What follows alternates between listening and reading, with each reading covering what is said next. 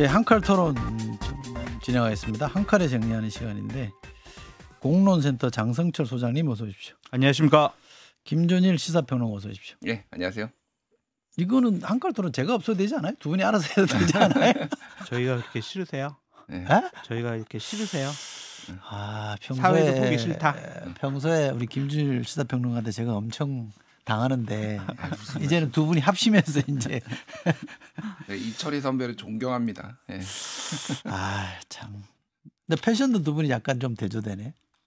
저 넥타이 매기가 너무 싫어가지고요. 저도 넥타이 무용론자 중에 하나예요. 잘 이렇게 티 이런 거 좋아하시더만요. 네, 이거 티셔츠. 15,000원짜리 이거를 한 4-5개 사면은 한 2년 입고 좋더라고요. 이렇게. 그걸 2년이나 입어요? 네. 왜냐면 겨울용. 돈 다 여름용. 벌어서 다 어디다 써요? 이게 이철희 소장님하고 저희랑 이 출연료가 달라요. 그래서 그 같은 선상에 놓고 생각하시면 안 돼요. 아닌데 나보다 훨씬 많던데.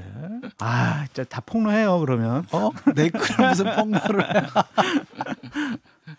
저는 이 뉴스 쇼 때문에 죽겠습니다 지금. 왜요? 토요일 제가 하는 것도 있죠. 네. 그러니까 6일 아닙니까? 1월은 또 제가 설전 녹화하거든요. 예. 네. 자랑하시는 7일이에요, 7일. 원래 윤석열 대통령이 주 120시간 일하라고 했는데 거기에 부합하시네요. 예. 전 그분 안 찍었거든요. 자, 오늘 최고 변론이라 그러죠. 윤 대통령이 현재 나와서 이제 마지막 말씀을 이 면회도 다 안 받고 직접 다 쓰고 계신다고 한데 네. 어떤 말씀이 담길까요? 오늘 중앙일보에 네. 그 윤석열 대통령 변호인 중에 측근이라는 분이 이제 인터뷰를 했어요. 측근이 따로 있나? 네, 변호인 측근이 따로 있나 봐요. 거기에서 이제 이렇게 얘기를 했어요. 계엄은 뭘 해보려 해도 안 되니까 일 좀 하게 해달라는 거였다. 야당이 얼마나 깽판을 쳤냐. 언론은 그런 폐악질을 제대로 견제내지는 비판하지 않아서 내가 어쩔 수 없이 계엄을 했다. 대통령만 이상한 일을 한 사람처럼 돼버려서 나 그런 사람 아니에요 라는 것을 충분하게 설명을 하겠다 라는 것이 윤석열 대통령의 입장인 것 같습니다. 그럼 대국민 사과 네. 우리가 기대하는 수준의 사과는 없겠네요. 저번에는 이런 식으로 했잖아요. 계엄 때문에 혼란스럽고 어려움에 겪으신 국민들께 사과드립니다라는 거지. 계엄을 해서 죄송합니다. 사과합니다. 이거는 없을 것 같다라는 거고 하야라는 것은 절대로 없다. 그것은 상상력이자 희망사항이다. 그런 식의 얘기까지 했습니다. 그러니까 기본 전제부터 말씀을 드려야 되면은 사람은 안 변합니다. 사람이 변할 때는요, 죽을 때가 됐거나 아니면은 정말로 변해야 되는 이유가 뭔가 필요성이 생겼을 때. 그러니까 그렇죠. 이게 후자가 대표적인 게 이제 이재명 대표 같은 경우에요. 갑자기 이제 중도 보수 얘기를 한다든지 이제 중도 확장을 하기 위해서 이렇게 하는 거잖아요. 근데 기본적으로 윤석열 대통령이 지금 변해야 될 이유가 있을까요? 윤석열 대통령은 지금 자기들 지지하는 환호, 이 지지자들을 보면서 희열을 느낄 거예요. 설마. 아니 왜 그러세요? 윤석열 대통령이 변화할 거라고 믿는 것 자체가 이상하다. 그러니까 새로운 메시지가 지금까지와는 다른 새로운 메시지, 반성을 한다든지 사과를 한다든지 뭔가 이거에 대해서 승복의 얘기를 한다든지 이럴 거라고 저는 1도 기대하지 않습니다. 그래서 그냥 비슷하게 나올 거예요. 그러니까 말씀하셨지만은 비상계엄 때문에 국민들께 불편을 끼쳐드려 죄송합니다. 하지만 종북 주사파 이 세력들을 제가 볼 수 없었기 때문에 하이브리드 전쟁의 지금 이런 상황에서 중국에 지금 암약하고 있는 중국의 세력들을 다 척결하기 위해서 어쩔 수 없는 구국의 결단이었습니다. 이렇게 나오겠죠, 뭘. 그리고 이제 승복 이런 거는 사실은 이제 헌재에서 승복이라는 얘기를 굳이 하지 않습니다. 예. 그거는 이제 바깥에서 해야 되는 문제인데 저는 아마 국민의힘이 그 메시지를 보면서 뒷목 잡을 거예요, 아마. 예. 그런데 이제 조기 퇴진이라든지 개헌이라는 거는 들어갈 수도 있다. 그래요? 네, 그렇게 좀 뉘앙스를 표했어요. 이것은 이건 무슨 의미냐? 기각될 수도 있다. 그래서 기각을 해주면은 내가 나라를 이렇게 운영해 보겠다. 그거에 중요한 포인트는 조기 퇴진과 개헌이다. 이런 식으로 얘기를 하겠다라는 것도 배제할 수 없다라는 입장인데. 윤석열 대통령의 심경도 얘기를 했어요. 기본적으로 경노예요, 경노. 경로? 이 상황에 분노의 화를 참고 있다. 왜 참고 있냐? 탄핵당할 만큼 잘못하지 않았다. 내가 부도덕했냐? 권력을 탐했냐? 이런 식의 생각을 하고 있어서 대통령은 탄핵에 대한 주관적인 거부감을 갖고 있다. 그러니까 저희가 생각하는 거랑은 대통령은 아직도 다른 생각을 하고 있다라고 볼 수밖에 없네요. 그렇게 잘못한 게 없는데 네. 사법 권력과 행정 권력을 쥐고 있는 대통령이 왜 감옥 가 있어요? 그러면 뭐 힘이 없어서 간 건 아닐 거 아니에요. 그거는 이제 야당이 그렇게 했고 야당이 무슨 힘으로? 야당이 막 압박도 하고 막 그렇게 해서 억울하다는 거예요. 지금 한마디로 억울하대요. 근데 요거 딱 한마디만 제가 그 동아일보에 오늘 칼럼이 굉장히 눈에 띄더라고요. 이철이 칼럼이에요. 그래서 오. 예, 이철이란 이름을 가지신 분이 다 훌륭하신 분인가 이런 생각을 하면서 읽었는데 저 말고 몇 분 있어요. 훌륭하신 분. 철자가 들어가는 분들이 훌륭해요. 아니, 예. 서울대 교수님도 있고 그 제목이 윤석열의 잡종 전쟁이에요. 그 논설위원 하시는 거 예, 논설이요. 네. 네, 윤석열의 잡종 전쟁인데 쉽게 얘기를 하면 이제 하이브리드 전쟁 얘기를 한 건데 망상이라는 거예요. 그래서 제가 짧게 읽어볼게요. 예. 자신의 불법 행위에 대해서는 아랫사람의 과잉 충성 또는 오해 탓으로 돌렸다. 그러다 보니 비장한 반공투사 이미지와는 거리가 먼 망상과 궤변을 늘어놓는 초라한 안티 히어로로 귀착될 수밖에 없었다. 이런 표현을 썼거든요. 정말 좋은 표현이다. 정확한 표현이다. 그러니까 이 망상이 지금까지 헌재 10차례 거쳐서 지금 계속 나왔잖아요. 그러니까 전 망상과 궤변이고 본인이 책임지지 않는 모습을 계속 보여줬잖아요. 국민들이 정말 실망했기 때문에 또 국민의힘 지지율이나 이쪽에서도 이제 정권교체 여론도 국민의 지지율은 떨어지고 정권교체 여론이 올라갔다고 생각을 하거든요. 이게 그럼 바뀔 것인가에 대해서는 저는 회의적이에요. 그러니까 이분은 이미 바닥을 드러냈다. 초라한 안티히어로로 이렇게 기록이 될 거고 본인은 바꿔야 될 이유를 못 찾을 거다 이렇게 생각을 합니다.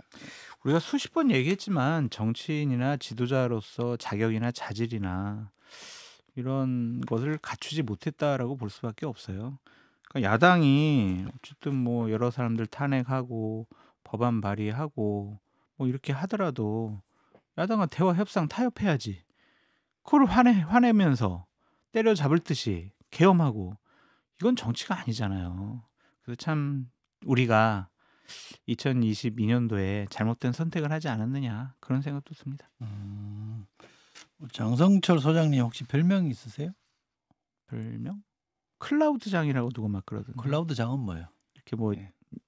먹구름을 예언하는 분이라서 명태균보다 더 영험하다는 뭐 그런 썰이 있습니다. 작년 9월에 제가 한 방송에 나가가지고 창원과 한남동에 먹구름이 끼어 있다. 그래서 좀 나라가 시끄러울 것 같다. 명태균 사건이 터지기 전에 제가 그렇게 한번 얘기를 했은 적이 있었거든요. 그래서 이제 먹구름의 예언자 그렇게 별명을 지어주더라고요. 하지만 마음에 안 들어요. 예, 클라우드장보다는 참칭보수가 훨씬 유명하죠. 참칭보수. 예. 하나 지어주시려고요? 아니 댓글창에 네. 귀염둥이 장성철이라고 올라와서 나이가 이제 50대 중반인데 귀엽다라는 그건 얘기를 무슨 상관 있어요? 그런가요? 염둥이 어때요? 염둥이 별로 어감이 안 좋은 것 같습니다. 안 좋아요? 네. 그만 어떤 다른 걸로 하고, 걸로 해주십시오. 어떤 걸로 하고 그나저나 네. 이제 본론으로 돌아가서 만약에 윤 대통령이 두 분이 예측하신 대로 만약에 그런 스탠스를 취한다 그러면 좀 국민의힘으로서 좀 난감해지는 거 아니에요? 인용이 되고 파면이 됐는데 대선으로 넘어가야 되는데 국민 전환을 해야 되는데 대통령이 자꾸 계속 저렇게 뻗대면 그러니까요. 어떻게 해요? 싸우자라고 할 수도 있을 것 같아요. 지지층을 향해서 나를 음. 지켜달라라는 메시지를 낼 수 있을 것 같고 그러면 거리에서 많은 분들이 조금 더 과격한 모습 보이게 될 것 같고 대선을 준비하고 치러야 되는 국민의힘으로서는 난감할 수밖에 그쵸. 없는 상황이다. 근데 권성동 원내대표가 어제 탄핵이 인용되면은 받아들일 수밖에 없다라고 이제 처음으로 헌법재판의 판결을 존중하는 듯한 얘기를 했어요. 슬슬 이제 국민의힘 지도부는 그런 식으로 가겠죠. 어쩔 수 없다. 우리 대선 준비하자. 이런 식으로 거리의 분노와 투쟁을 이제 선거로 좀 바꾸려고 하는 시도를 하겠죠. 쉽지는 않아 보여요. 국힘 지도부는 이제 이런 스탠스를 취할 거예요. 그러니까 말씀하셨던 대로 이제 어쨌든 결정이 나면 되돌릴 수 없다라는 거 하나. 그리고 또 하나는 반 이재명. 그래서 이재명 대통령 되는 거 보고 싶냐. 어떻게 해서든 이재명을 물리칠 수 있는 경쟁력 있는 후보를 뽑아야 된다라는 얘기를 하면서 우리가 이겨야지 윤석열 대통령을 사실상 복권시킬 수 있는 거지. 뭐 패배하면 무슨 의미가 있느냐 이런 식으로 이제 메시지가 계속 나올 것 같아요. 그래서 다만 이게 그 보수층한테 얼마나 먹힐지도 의문이고 또 하나는 중도층한테 지금 중도층 보면은 대충 여론이 한 6대3 정도로 지금 막 갈려 있거든요. 네. 근데 그들이 그럼 국민의힘이 이렇게 설득력 있게 얘기하기에는 너무 오른쪽으로 멀리 갔어요. 네. 그러니까 이게 적당히 가야지 적당히 회군을 하잖아요. 근데 너무 멀리 가서 저 시베리아까지 갔는데 지금 다시 이제 돌아올 수가 있겠느냐. 그거를 사람들이 중도층에서 믿음을 가지고 신뢰를 가지고 볼 수가 있겠느냐. 그게 관건인 것 같아요. 지금 중도 말씀하셨는데 이른바 요즘은 뭐 중도 전쟁 사실 뭐 선거 때만 되면 그럼요. 사실 뭐 네. 중도 매 노래를 부르잖아요. 근데 어쨌든 뭐 보수 중도 진보 이렇게 넘으면 중도를 잡는 쪽이 유리한 건 사실이니까 선점한 거는 아무래도 분위기를 끌고 가고 있는 걸 민주당 쪽이라고 봐야 되겠죠. 그렇게 봐야죠. 왜냐하면 국민의힘이 워낙 오른쪽에 가 있으니까 공간이 비어 있잖아요. 침투를 잘한 것 같아요. 침투. 예. 그런데 국민의힘으로서는 할 수 있는 게 니들이 무슨 중도 보수야 삿대질밖에 없어요. 그러면 그 프레임에 뛰어든 거잖아요. 네. 불리한 경기장에 들어간 것은 상당히 실책이다. 근데 할 수 있는 게 없다. 그렇게 좀 보여져서 국민의힘이 어떤 프레임 전쟁에서는 일단은 지고 들어갔다. 난감하다. 그렇게 보여집니다. 그러네요. 비슷하시죠? 전망하시는 거. 네, 제가 그래서 이거를 뒤집을 수 있는 한 방이 있다고 국민의힘에게는. 알려주지 마세요. 예, 아니요, 그러니까 이게 코끼리를 생각하지만 조지 레이코프 얘기를 자주 하는데, 그러니까 계속 코끼리가 생각나요. 중도보수 이재명 중도보수가 생각나는 방식으로 계속 얘기가 나오잖아요. 우리 당에 입당해라, 뭐 네가 왜 중도보수였냐, 뭐 이런 얘기를 하니까. 이거는 프레임 대 프레임 전쟁으로 하면은 다른 프레임을 딱 가져와야 되거든요. 그게 뭐예요? 한 방에 뒤집을 수 있는 게 있습니다. 뭐예요? 계엄은 잘못됐다. 우리는 탄핵을 찬성한다. 당 차원에서 딱 하면은요, 무슨 중도 보수론이니 이런 거 싹 들어가고요. 네. 모든 포커스는 다 이제 당에 다 들어갈 거예요. 네. 그 다음에 이제 그래도 어떡하겠냐? 이재명 대통령 되는 거 만들 수 있겠냐? 어쨌든 우리는 똘똘 뭉쳐야 된다. 이렇게 하면은 가능할 수도 있는데 지금은 아주 불리한 전장에서 안 좋은 프레임 안에서 싸우고 있다. 대체 프레임 어때요? 지금 말씀하신 제안. 거기다가 받고 하나 더 추가. 네. 뭐 비상계엄을 선포하면 우리 국민의힘 의원들 모두 다 국회 본회의장에 들어가서 비상계엄 해제 결의안에 다 찬성표 던지겠다. 여기까지 해주면 더 좋겠죠. 그러니까 그에서 완전히 좀 벗어나야 된다. 거리두기를 확실하게 해야 된다. 잘못됐잖아요. 그거를 옹호하고 앉아 있으니 뭔 게 되겠어요. 그런데 저 그렇다고 쳐요. 그런데 이른바 이제 윤석열 부담 리스크에서 좀 벗어난다고 쳐. 그렇게. 근데 이제 또 하나의 리스크가 오잖아요. 명태균 리스크가 지금 막 오고 있잖아요. 이건 또 어떻게 해요? 고약한 사람한테 걸려가지고. 그렇지. 거기다 빗대서 좀 뭐 비명 뭐 이런 얘기해야 돼? 근데 이거는 이렇게 봐야 될 것 같아요. 김건희와 윤석열 대통령과 명태균과의 관계는 이미 우리가 충분히 여러 상황들을 봤고 네. 그랬을 것이다라고 생각을 해가지고 네. 그냥 어제 여러 가지 뭐 김건희 여사 목소리가 나와도 에이 그랬겠지 뭐 맞아 그랬을 거야 이렇게 넘어갈 수가 있는데 이제 국민의힘의 대선 후보들 같은 경우엔 자꾸 너희들은 말이야 껍데기를 벗겨버리겠어 뭐 있는 것처럼 계속 뭐 얘기를 하고 몇 날 며칠 몇 시에 만났잖아 막 이런 것만 하니까 실질적으로 명태균과 대선 후보들 간에 문제가 생기려면 여론조사를 서로 상의했냐 그리고 여론조작을 부탁을 했냐 그리고 돈을 주고 받았냐 이 세 가지가 나와야 되는데 그거는 전혀 나오지가 않잖아요. 그런데도 계속 명태균이랑 명태균 씨 변호인이 두고 봐라 뭐 나온다 이러니까 환장하는 거예요. 그러니까 참 이거 고약한 사람한테 걸렸다 그런 생각이 드네요. 그런 고약한 사람하고 잘 거리를 뒀어야죠. 그러니까 거리를 잘 둔 거죠. 어쨌든. 예. 그러니까 어쨌든 뭐 장성철 소장님 말씀하신 거에 부분적으로 동의를 하고요. 그러니까 이게 이제 노이즈가 끼는 거죠. 계속 어쨌든 더 앞으로 나가야 되는데 누가 됐든 뭐 오세훈 시장이든 홍준표 시장이든 이런 분들이 나가려고 하는데 계속 이쪽에 나오고 그래서 뭐 홍 시장은 아예 사기꾼 얘기엔 대응도 하지 않겠다 뭐 이런 얘기들 하시잖아요. 근데 뭐 본인이 대응 안 한다고 저쪽에서 언론 보도가 계속 나오는데 이게 참 곤란한 상황인데 이게 다만 이런 거는 있는 것 같아요. 그러니까 이게 지금은 이제 명태균 씨가 얘기하는 거가 정말 많이 얘기하는데 계속 이런 발언만으로 계속 이게 이어질 것인가. 결국은 이제 사람들도 언론도 물증을 아마 좀 원하는 상황이 올 거예요. 그러니까 네 주장 알겠어. 그런데 지금 증거가 없잖아. 그래서 제가 가장 궁금한 거는 녹취가 있느냐. 없어요. 그리고 카톡이 있느냐. 없어요. 카톡이 있나. 그러니까 카톡? 뭐 카카오톡 대화를 해가지고 이렇게 대화는 있지. 아니, 그러니까 예를 그러니까. 들면 고마워요. 그때 밥 잘 먹었죠? 예, 잘 내려가셨죠? 뭐 이런 건 있는데 보셨나 봐요? 아니 그런 거는 있대요. 되게 당연히. 측근이신가요? 어떻게 그렇게 잘 알아?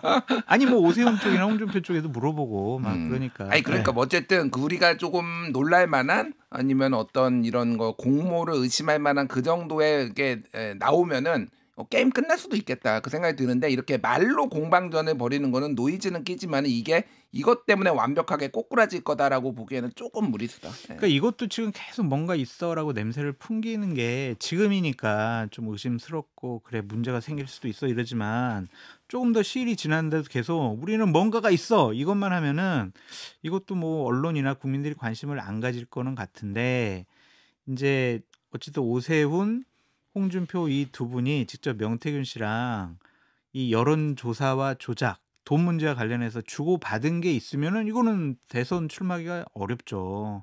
근데 뭐 안부 묻고, 아니 청국장 드실래요? 짜장면 드실래요? 뭐 이거 가지고 뭔가 있다라고 의심하는 것은 상당히 무리가 있다 그런 생각이 듭니다. 두고 보죠. 두고 보죠. 이게 뭐 더 나올지 아니면 그냥 뭐 의혹 제기로 끝날지. 네. 예, 좀 어쨌든 이 사건 자체는 좀 서울중앙지검에 와 있으니까 검찰도 아마 좀 자세히 들여다보고 있지 않을까 근데 이거 한 싶으니까. 가지 더 말씀드리면 자꾸 이제 왜 오세훈 홍준표 시장을 소환 조사 안 하느냐, 왜 조사 안 하느냐 그런 얘기도 야당 일각에서 하잖아요. 뭐가 있어야 하지 않는 것이 아니냐 그런 생각이 들어요. 최소한의 단서라도. 식사하자라는 거 빼놓고 다른 차원의 서로 주고받은 문자나 음성 파일이 있으면은 소환 조사할 텐데 청국장 먹을래요? 이거 가지고 소환 조사할 수는 없잖아요. 그래서 저는 뭐가 없다 그런 생각이 좀 듭니다. 비슷하세요? 아니요. 근데 봐주시네. 아니 뭐 마음껏 얘기하시라고. 뭐가 있을 가능성은 있고 뭐 모르죠. 모르는데 소환 조사를 안 하는 이유는 지금까지 검찰이 눈치 봐서 안 한 거 아닌가요? 저는 그렇게밖에 이해가 안 되는 거잖아요. 지금 정치 권력들 특히 이제 선거까지 다가오면은 대선 주자 소환 조사 하는 거 자체가 그 대선 플랜에 영향을 줄 수 있기 때문에 안 하는 거지. 검찰이 눈치 보는 거지. 이거 정도는 최소한 이걸 피의자가 아니라 참고인 조사는 할 수 있거든요. 이 정도면은. 근데 안 하는 거는 여러 가지 이유가 정무적인 이유가 있다 이렇게 봅니다. 라고 볼 수도 있고 저처럼 아무 증거가 없어. 소환 조사할 건덕지가 없네. 이렇게 생각할 수도 있을 것 같습니다. 홍준표 지사님은 대선 시작되면 바로 사퇴하겠다니까 출마한다는 얘기죠. 그렇죠. 제일 먼저 뭐 얘기도 하셨고 하니까요. 마지막 정치적인 도전이라고 생각하는 것 같습니다. 그래요? 네. 알겠습니다. 김건희 여사와 명태균 시간에 육성이 나왔어요. 근데 이게 참 희한하다. 경험 들어보면 막 시끄럽다 좀 지나면 뭐 어디선가 툭 뭐가 튀어나오고 녹취가 나오고 육성이 나오고 이거 문자 메시지가 나오고 이거 참 정치가 이런 걸로 자꾸 휘둘리는 거는데 어쨌든 그 내용만 들어다 보면 명태균 특검 김건희 여사가 공천에 개입한 것처럼 추론할 수는 있잖아요. 추론보다 이제 뭐 거의 확정적 아닌가요? 김건희 여사가 명태균 씨의 부탁을 받고 윤석열 대통령과 함께 김영선 전 의원을 공천을 줬다라고 볼 수밖에 없죠. 지금까지 나온 문자나 음성 보면. 그러니까 이게 명태균 특검을 거부하기가 좀 난감하지 않아요? 또 당연히 명태균 특검 해야 되는데 대선 전에는 안 될 것 같아요. 그러니까 국민의힘에서 이걸 찬성표 던질 수가 없을 거고 1차에서 통과되더라도 최상목 권한대행이 거부권 행사할 거고 재의결 때 이게 200석이 안 될 것 같아요. 대선 이후에 새로운 정권이 들어서서 제대로 파헤쳐야 될 것 같다. 알겠습니다. 그 정도는 뭐 그 얘기는 그 정도로 하고 다뤘으니까 이재명 대표의 중도 보수 발언에 대해서 두 분 얘기를 좀 들어볼까 싶습니다. 어떻게 평가하세요? 네, 중도 보수론이 나온 거는 한 세 가지 정도 배경이 있는 것 같아요. 하나는 민주당의 어떤 역대 선거에서의 딜레마가 왼쪽으로 가면은 오른쪽이 허전하고 오른쪽으로 가면 왼쪽이 불안하고 약간 이런 딜레마가 있었잖아요. 근데 지금은 왼쪽이 조금 이제 많이 비어 있다. 그러니까 무너졌다라는 표현이 좀 더 전 정확할 것 같은데 정의당이 이제 원외 정당이 되고 대선 후보를 내더라도 영향이 없을 것이고 조국혁신당 같은 경우에 아예 이제 반내란 연대 원탁회의도 하고 그 얘기는 대선을 후보를 낸다 하더라도 아마 단일화할 전 가능성이 상당히 높다고 보거든요. 뭐 이거는 제 추측이니까 뭐 이제 그 어떤 이런 거 정권 교체를 위해서 그렇다고 보면은 왼쪽을 걱정하는 이유가 없다. 첫 번째. 두 번째는 국힘이 너무 오른쪽으로 가 있으니까 우리가 중도 보수까지 담당하겠다. 세 번째. 그리고 이제 왜 말이 오락가락 바뀌냐. 이재명 못 믿겠다. 이 얘기를 하니까 아니 원래 우리가 거기였어. 김대중 대중경제론 뭐 아니면 뭐 IT 부흥 뭐 이런 거다. 그러면 좌파 정책이야 그게? 한미 FTA 노무현의 한미 FTA가 그러면은 이게 뭐 좌파 정책이야? 아니다. 우리는 원래 그런 정당이다. 라는 이런 이제 설명을 하는 거가 있고 또 하나는 이제 요거는 조금 부수적이긴 한데 지지자들이 늙었어요.